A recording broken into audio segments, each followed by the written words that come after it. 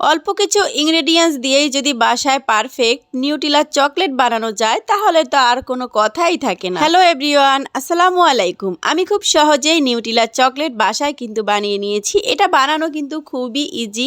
আমি চোখ বন্ধ করে বলতে পারবো বাসায় যদি একবার এই নিউট্রিলার চকলেট বানানো কেউ শিখে যেতে পারে তাহলে আর কখনোই বাজার থেকে এত দাম দিয়ে নিউট্রিলার চকলেট কিনে খাবে না। তো আমি এই চকলেটটা বানানোর জন্য এখানে নিয়েছি কিছু চীনা বাদাম। বাদামটা কিন্তু আমি ভেজে নিয়েছি। এখন আমি এটা খোসাটা ছাড়িয়ে নিয়েছি।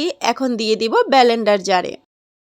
তো ব্লেন্ডার জারে কিন্তু সবগুলো দেয়া হয়ে গেছে। এখন আমি একবার ব্লেন্ডার করে দেখাচ্ছি এটা কেমন হয়েছে। একবার ব্লেন্ড করার পরে ব্লেন্ডার জারটা এতটাই গরম হয়ে গেছে, বাদামটা কিন্তু লিকুইড হওয়া শুরু হয়েছে। এখন তার ভিতরে দিয়ে দেব 2 থেকে 3 টেবিল চামচ রান্নার রেগুলার তেল।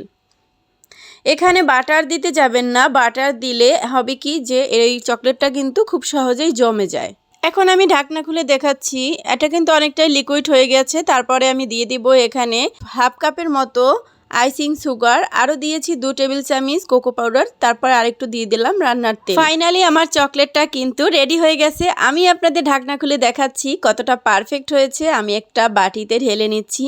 এই নিউট্রিলা চকলেট দিয়ে কিন্তু বিভিন্ন জিনিসই খাওয়া যায়। আর যারা চকলেট প্রিয় আছে তাদের তো কোনো কথাই নেই, সব কিছুর সাথেই মনে চায় এই লোভনীয় নিউট্রিলা চকলেট দিয়ে খেতে।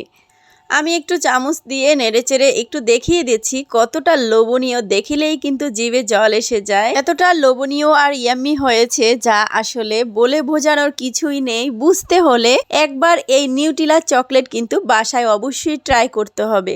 এক পিস পাউরুটিতে নিয়ে দেখাচ্ছি কতটা ইয়াম্মি হয়েছে এই চকলেটটা। একেবারে মুখে লেগে থাকার মতো একটা চকলেট। আমরা কিন্তু অনেক দাম দিয়ে নিউট্রিলা চকলেট কিনে খাই। এইটা একবার বানালে আর কখনোই বাজার থেকে অত দাম দিয়ে চকলেট কিনে খাবেন না।